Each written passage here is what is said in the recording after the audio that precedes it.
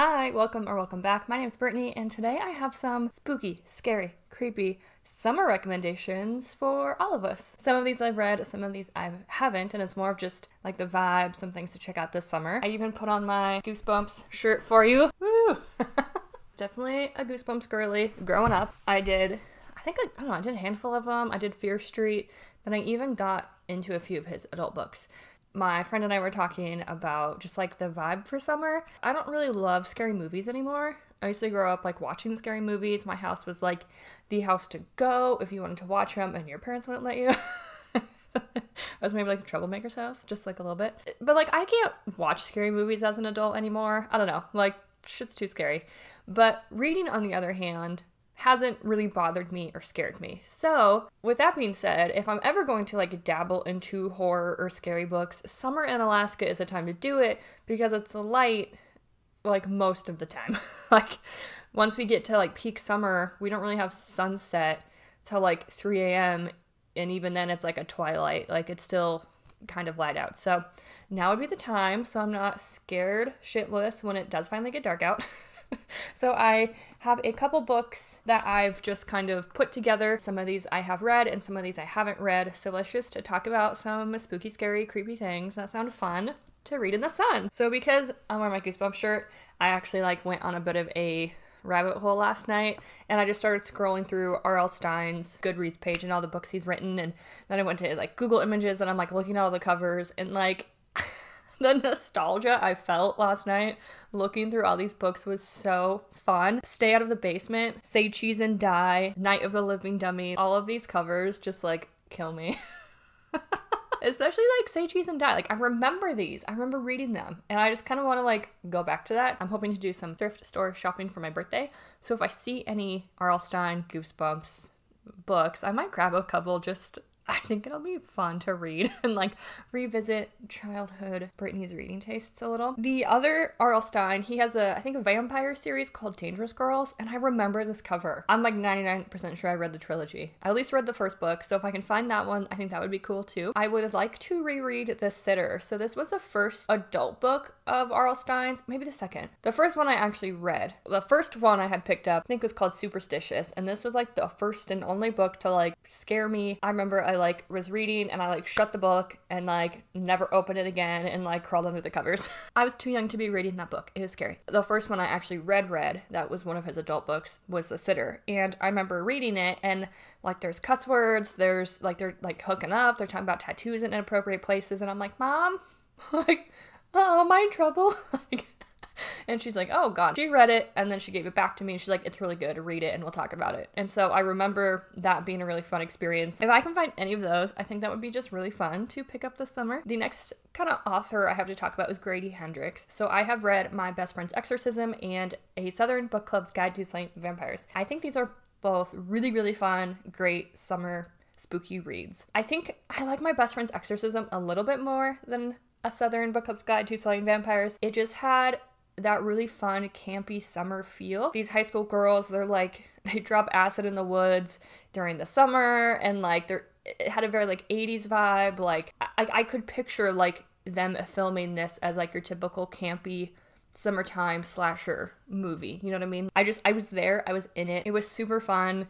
There was some like gory, ridiculous parts where like, what the hell? But it was like fun at the same time. The message of friendship was like really gorgeous, and I think I cried at the end. I can't remember. But like this girl will do like everything she can to like save her best friend from a demon, and like she does an exorcism, and like I want my best friend to do an exorcism on me if I ever need one. Like also this book cover, I just fucking love it. It's just like an old VHS.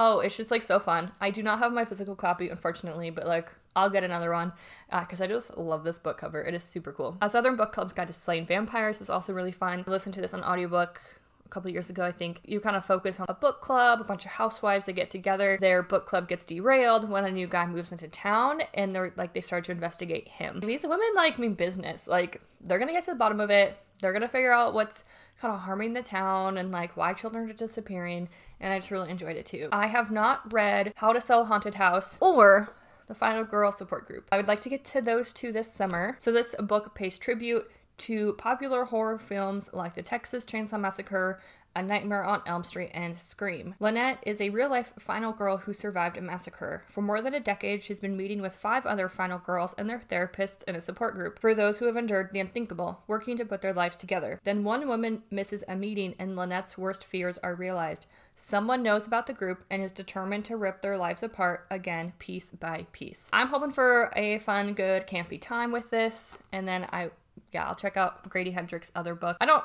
really want to know much about that one. I know that's newer. I think it takes place during the pandemic. Like, these kids have to sell their childhood home. And I think there might be dolls or puppets or something. But if there's dolls, that's also fucked because I had those porcelain dolls growing up. So hopefully I survive. The next series or author I think that would be kind of fun to check out is Mira Grant, and that is actually a pseudonym for Seanan McGuire. I learned that recently. I had talked about it the day before, heard about Mira Grant as an author, and then like literally saw them the next day at a sale my library had done. I don't have all of them, but I have the second in her Newsflesh series, and then books 2 and 3 and the Parasitology series. I was recommended this Parasitology series first. The other one is, I think, a zombie, more like a political zombie book. But this one, I think, appeals to my particular type of body horror in that there's a tapeworm. A decade into the future, humanity thrives in the absence of sickness and disease. We owe our good health to a humble parasite, a genetically engineered tapeworm developed by the pioneering Symbogen Corporation. When implanted, the tapeworm protects us from illness, boosts our immunity system, even secretes designer drugs. It's been successful beyond the scientists' wildest dreams. Now, years on, almost every human being has a Symbogen tapeworm living within them. But these parasites are getting restless. They want their own lives and will do anything to get them. My dog had tapeworms once, and that was not fun. That was gross. And I was like, I'm a badass ER nurse until there's bugs and worms involved. I think that type of specific horror will be very interesting to check out. So I just need to track down the first book, but it sounds like a good time. I've enjoyed Seanan McGuire's Wayward Children series a lot. Her writing style, the tone, just the overall plots of those like novellas within that world. So I'm excited to see how she writes under a horror genre. The next author I want to check out is Stephen Graham Jones. I read My Heart is a Chainsaw Massacre maybe 2 years ago, and I can't remember if I ever finished it. I might have DNF'd that one. I liked the idea of it. It just wasn't my vibe. It wasn't my style. I think for that book and series in particular, knowing like your horror slasher film pop culture would make that more enjoyable, and I just am not as familiar with it, so some of those things were kind of a miss for me. But if I recall, I think that follows a girl who is like convinced she is in a slasher movie. Like, she thinks something is happening in her town and is like, well, I know it's like something's gonna happen because this is a time in the movies where things happen, so I know something is probably wrong right here. I don't know, it didn't really vibe with me, but he has a short story called Night of the Mannequins, and I think that sounds really interesting. A group of friends are like pulling a prank. They work at a movie theater. They're pulling a prank on their other friends, and so they put a mannequin in the seats, and then I guess at the end of the movie, the mannequin gets up and like walks out. So, no thank you. But also sounds like a good time. The other one that sounds kind of interesting is The Only Good Indians. This follows 4 Indians, and they had killed an animal in their youth, and whatever happened then is starting to haunt them now. So, could be a kind of like creepy time in the woods kind of thing. I have, it's actually downstairs, and I'm just being too lazy to go round up more books. But some Catriona Award, Looking Glass Sound. I really enjoyed The Last House on Needless Street, and I don't think this is horror, but it is like creepy, and I think it's gonna be weird. But this is about an author who starts to kind of write the last novel he will ever write. I'm excited to see if her other works drive for me because of how The Last House on Needless Street went. So I'm just gonna kind of go into this one a little bit blind, but see how it goes. Last year, I wanted to read What Stalks Among Us. I believe this is a middle grade. This is by Sarah Hollowell, a spine-tingling, deliriously creepy YA speculative thriller about 2 friends trapped in a corn maze with corpses that look just like them. So best friends and high school seniors Sadie and Logan make their first mistake when they ditch their year-end field trip to the amusement park in favor of exploring some old forgotten back roads. The last thing they expect to come across is a giant abandoned corn maze. With a whole day of plain hooky unspooling before them, they make their second mistake. Or perhaps their third, maybe even their fourth, because Sadie and Logan have definitely entered this maze before, and again before that. When they stumble upon their corpses in the maze, identical to them in every way, if you can ignore the stab wounds and the gunshot wounds, from their clothes to their hidden scars to their dyed hair to that one missing tooth, they quickly realize they have not only entered this maze before, but they've died in it too. A lot. No matter what they try, they cannot figure out what or who is hunting them. Deeply unnerving, clever, and atmospheric, this time-bending, mind-bending speculative horror is a poignant meditation on the lasting effects of trauma and the healing powers of connection and forgiveness, all while delivering more surprise twists and turns than a haunted corn maze. So I have never been to a corn maze, and I don't think I ever would. When I was in my early teens, I was like, yeah, sounds amazing, but like adult me is like, probably cry.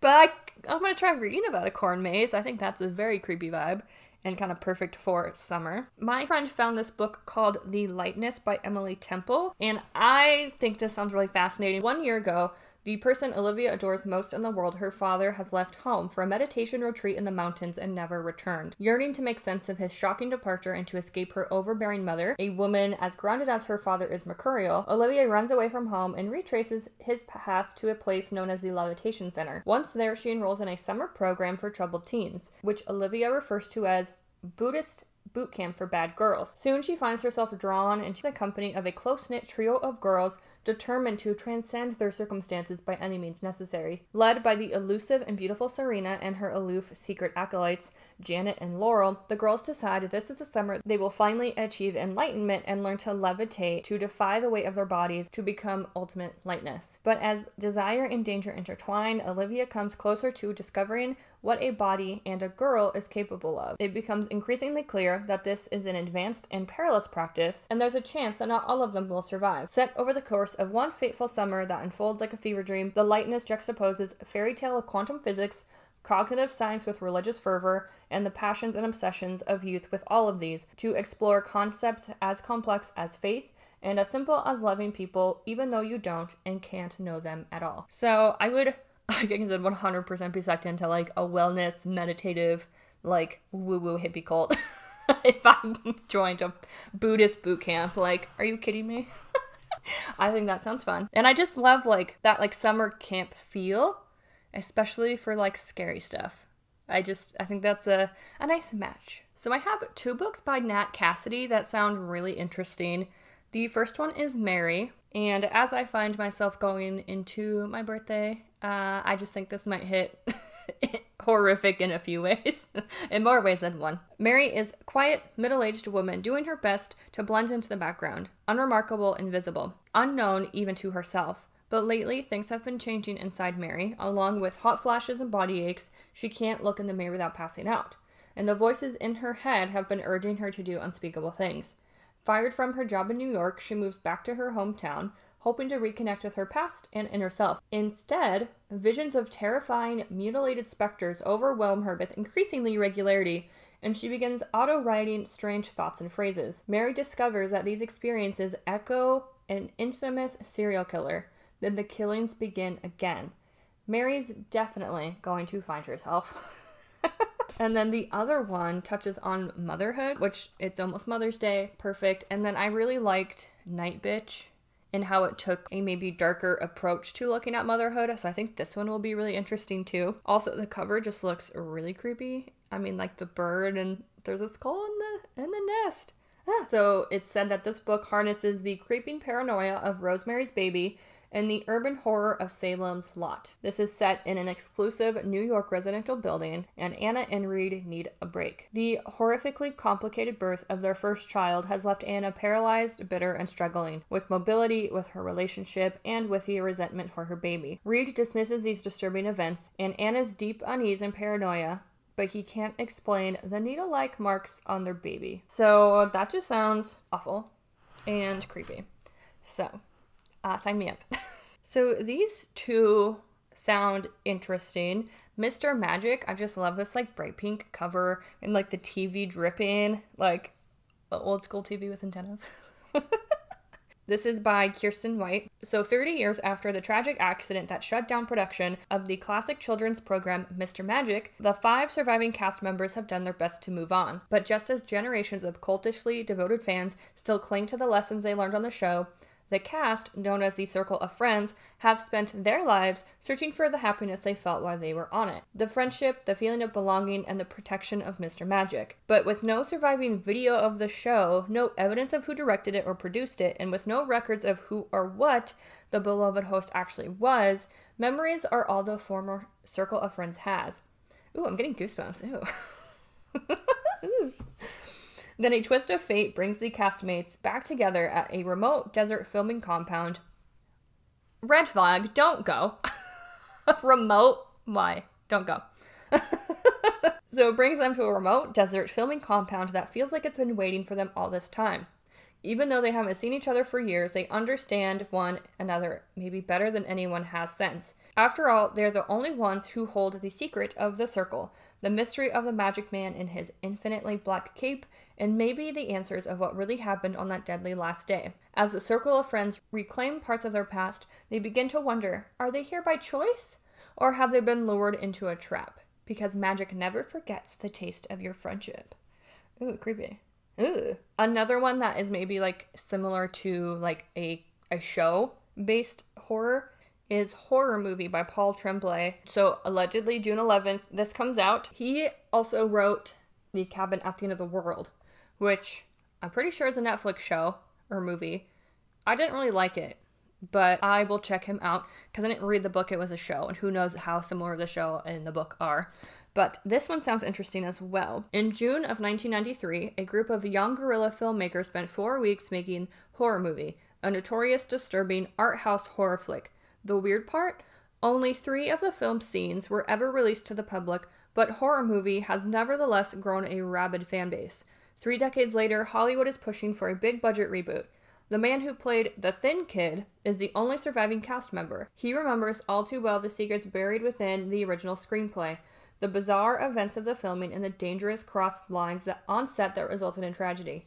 As memories flood back in, the boundaries between reality and film, past and present, start to blur. But he's going to help remake the film, even if it means navigating a world of cynical producers, egomaniacal directors, and surreal fan conventions. Demons of the past be damned. Horror Movie is an obsessive, psychologically chilling, and suspenseful twist on the cursed film that breathlessly builds to an unforgettable, mind-bending conclusion. So, like, of my era, we had The Blair Witch Project, The Ring, like, we had a couple of those movies where it's like, can't watch the film, or like, either like found footage or like a haunted VHS, you know, like, so I think that could be fun too. I don't know. Ooh, am I getting creeped out just talking about these? I don't know. This is fine. This is fine. And then I got the next 4 recommendations from Haley Hughes here on YouTube.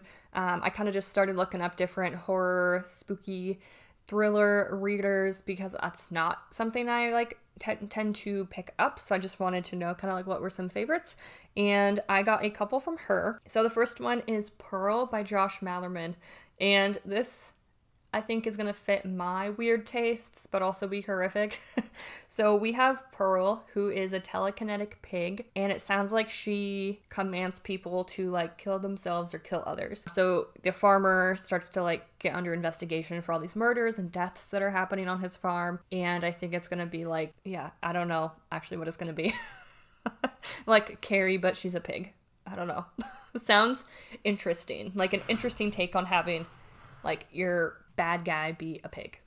Yeah, I don't know. It sounded really fascinating. The other one is Camp Slaughter by Sergio Gomez. This is actually a series. So far I see 2 books in the series. It's a local legend. No one knows if Camp Slaughter is real or not, but a group of college kids renting out a cabin in the woods of Pennsylvania will soon realize the truth. They'll realize the danger too, or rather, the cannibal out in the woods will bring danger to them. Oh, God. Like, I get it, you want to camp, you know, be outdoors, but like, this is probably why I have anxiety. Like, no, don't, at least have service. And don't you dare go looking for stuff by yourself. Always have a buddy. Don't split up. It's like Scooby-Doo rule 101. Don't split up. The other one, we're going back to the cornfield. This sounds like a good idea in theory, but like, don't know what I'm getting into. Okay, clown in a cornfield.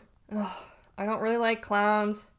Do you guys remember that really fucking weird time where, like, people were dressing up as clowns and, like, holding actual weapons and just, like, being creepy? Like, do you remember that happening in the lower 48s? Like, no. We are not doing that again. That's too fucking scary. So, anyways, Clown in a Cornfield by Adam Cesar. Quinn Maybrook just wants to make it to graduation. I bet. Oh, she might not make it till morning. I was gonna say, I bet she doesn't. Quinn and her father moved to a tiny, boring Kettle Springs to find a fresh start. But ever since the Bay Pen corn syrup factory shut down, Kettle Springs has cracked in half. On one side are the adults who were desperate to make Kettle Springs great again. On the other are the kids who want to have fun, make prank videos, and get out of Kettle Springs as quickly as possible. Kettle Springs is caught in a battle between old and new, tradition and progress. It's a fight that looks like it will destroy the town. Until Friendo, like friend? No, Friendo, the Bay Pen mascot, a creepy clown and a pork pie hat, goes homicidal and decides that the only way for Kettle Springs to grow back is to cull the rotten crop of kids who live there now. Oh, God. Okay, I'm glad we don't have cornfields, because if I read that and what stalks among us, I probably wouldn't want to go on one anyways. So I think this will be scary. What was that book series I read? Was it the Mindfuck series by S.T. Abbey? I think it was that one. They end up at a carnival and, like, sexy time happens in a fun house, but, like, there's also, like, they're, like, looking for someone. There's, like, a tension, action scenes, like, a mystery happening. And I liked the carnival vibe. Like, it kind of goes in with the clowns. Like, carnivals happen in the summer, but, like, I also grew up watching Final Destination, and that is probably a larger reason why I don't like carnival rides anymore. Like, well, to be fair, I went on one carnival ride as, like, a child, and it went faster than I thought it was gonna go, and I got really scared. And then, like, when I was older and I watched Final Destination, I'm like, I knew it! I knew they were scary! So, like, no carnival rides for me, but I think reading about the carnival vibe with, like, fucked up stuff happening could be fun. This is by Christopher Robertson, and again, we have another clown. Oh, okay. The book you are about to read is an account of the tragedy that occurred at the reopening of Bonkins Bonnet. Okay, I'm serious. The book you are about to read is an account of the tragedy that occurred at the reopening of Bonkins Bonanza one day in the summer of '89. Some came looking for fun, like Candy Barton and her best friend Lee. Others, like Rocky Rhodes and Sully Sullivan, really? Those are the names? Came looking for a second chance.